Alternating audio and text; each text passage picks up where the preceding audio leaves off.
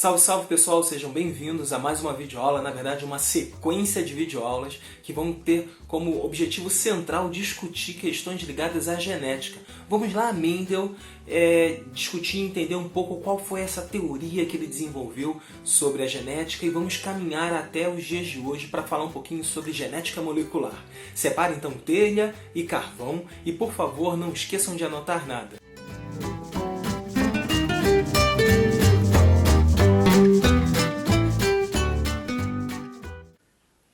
Então, um pouquinho antes de falar sobre Mendel, eu acho que vale a pena a gente discutir de onde vêm as nossas características, né? Então, quando eu falo de genética, quando eu tento pensar de onde vêm as nossas características, eu estou falando e eu estou lembrando da molécula chamada de DNA.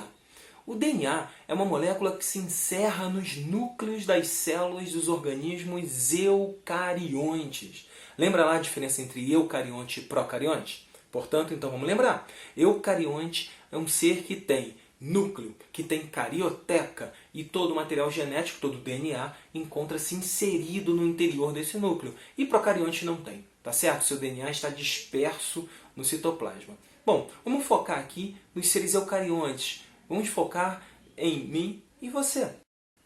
Então vamos lá. Eucarionte é um ser que tem carioteca, ou seja, um ser que tem núcleo no interior das suas células. E o DNA está inserido nesse núcleo. Um ser procarionte não tem núcleo, portanto seu DNA está disperso no citoplasma. E é exatamente aqui que a gente vai começar a nossa discussão sobre genética. Quando eu falo de DNA, eu estou falando de uma molécula que dentro dela, não me importa se ela está dentro de um núcleo ou fora de um núcleo, dentro dela eu encontro uma grande quantidade de informação.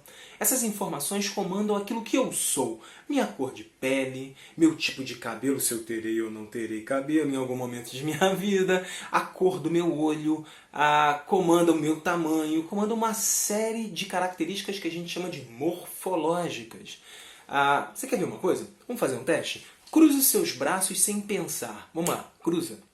Bom, quando você cruza os seus braços, você sempre coloca um braço sobre o outro. No meu caso, eu coloquei o meu braço esquerdo sobre o braço direito.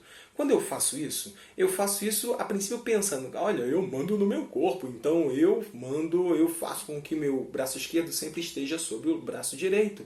Porque quem decidiu e quem pensou nisso fui eu. Na verdade, não é tão bem assim. Quando eu cruzo os meus braços, eu tenho uma programação genética para fazê-lo. Descruza e inverte.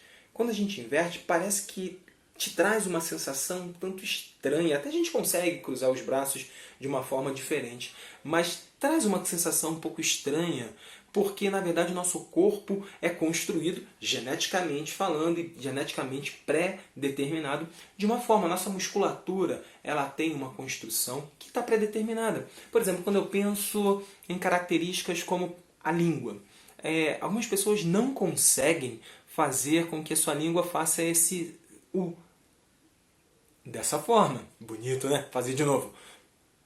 Bom, se você não consegue fazer, não fique desesperado. Não, você não tem um problema genético. Você tem uma outra construção genética que não lhe dá essa mobilidade na sua língua. Para que serve isso? Bom, a princípio, pelo que eu sei, para nada. Só para a gente conversar um pouquinho sobre biologia. Certo? Pessoal, muitas das nossas características físicas, elas dependem daquilo que eu fui pré-programado a ser. Então, Leandro, você está dizendo que o que eu sou, eu fui pré-programado a ser? É isso? Todo o meu corpo é assim? Bom, é claro que não é também assim. O ambiente tem toda uma influência sobre aquilo que eu sou também. Então, vamos supor que cabelo. Eu tenho a cor de cabelo negro, meu cabelo é preto.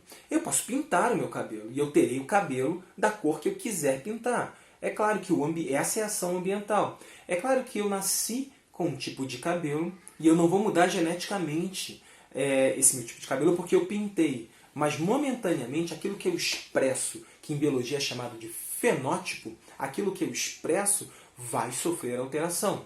Tudo aquilo que eu tenho marcado no meu DNA, tudo aquilo que eu tenho gravado no meu DNA, que é conhecido como genótipo, isso se mantém inalterado. Vou pegar sol. Eu tenho uma cor de pele que tende a ser mais clara, é mais branquinha. Caso eu vá pegar sol, eu vou estimular minhas células produtoras de melanina, ou seja, meus melanócitos, a produzir mais proteínas de proteção contra a radiação ultravioleta, produzir mais melanina. Isso vai fazer com que o meu tom de pele fique um pouco mais escuro. Ok? Conseguiu compreender? O ambiente faz diferença também naquilo que se expressa. O ambiente faz diferença no meu fenótipo. Tá certo? O fenótipo, portanto, ele é aquilo que eu tenho geneticamente programado, ou seja, aquilo que é o meu genótipo, mais a influência ambiental. Sabendo de tudo isso, na verdade, ou conhecendo todas essas histórias, um monge austríaco, no final do século XIX, começa a tentar buscar explicações para esse processo. Então, de uma forma muito resumida, Mendel, ou Gregor Mendel, um monge austríaco, começou a desenvolver uma pesquisa no monastério onde ele vivia. Essa pesquisa ela envolveu um tipo de ser vivo, as ervilhas. As ervilhas foram cultivadas, ou ervilhas foram cultivadas no monastério por Mendel com um objetivo claro. Ele tinha um organismo capaz de sobreviver num microambiente. Então esse microambiente eram as diferentes regiões de plantio de cultivo dessa ervilha que ele escolheu para fazer o seu experimento. Então ele tinha várias pequenas regiões de cultivo no seu monastério, onde ele poderia fazer ensaios constantes. Um segundo motivo de se escolher usar ervilha era que, na verdade, as ervilhas são muito interessantes porque elas têm um ciclo de vida muito rápido. Então Mendel poderia utilizar ervilhas e ver diferentes, inúmeras gerações através em poucos anos, em poucos meses de cultivo. Certo? Então, motivo 1 era fácil de cultivar, motivo 2, as gerações são curtas. Então, 2 bons motivos para se escolher ervilhas e, por exemplo, deixar elefantes de lado, porque elefantes têm um tempo uma possibilidade de gerar novas gerações, de dar origem a novas gerações num tempo só muito longo e, convenhamos, criar elefante em um monastério talvez não fosse tão fácil assim. Bem, o que o Mendel fez? O Mendel começou a observar algumas características dessas ervilhas. Então ele observou a forma da ervilha, a cor da ervilha, o tamanho da ervilha, enfim. Ele observou diversas características das ervilhas e foi comparando essas ervilhas ponto a ponto. É muito interessante que a gente marque uma coisa aqui. Mendel conseguiu criar alguns canteiros de criação de ervilhas que ele chamou de ervilhas puras. Então, Mendel olhava característica por característica. Vou te dar um exemplo aqui, por exemplo, no formato da ervilha. As ervilhas poderiam ser redondinhas ou lisas ou rugosas. Então, ervilhas lisas e ervilhas rugosas. As ervilhas poderiam ser amarelas ou verdes. Elas eram características extremamente bem estabelecidas. Uma ervilha amarela era só amarela, uma ervilha verde era apenas verde. Quando eu cruzava as duas, não tinha possibilidade de aparecer algo intermediário.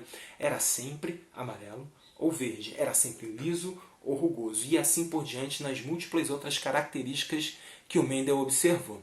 Então vamos lá.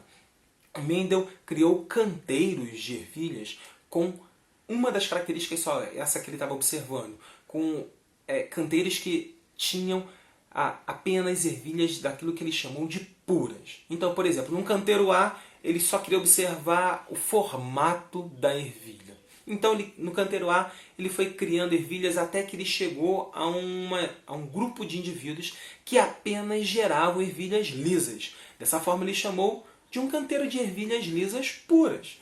Num outro canteiro, numa outra região do monastério, ele começou a plantar ervilhas puras rugosas, com o mesmo princípio, até que todas as ervilhas dali fossem sempre rugosas. E aí começa toda a história, e essa história é linda e eu vou mostrar para vocês em outro ambiente.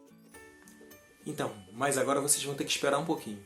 Para saber um pouco mais sobre qual foi o experimento do Mendel, é preciso que vocês acessem o próximo vídeo. Então, clique nesse link, você vai ser lançado direto para lá, para poder conhecer um pouco mais sobre esse fantástico mundo de descobertas da genética e do próprio Mendel, certo? Espero vocês lá, um abraço, até a próxima.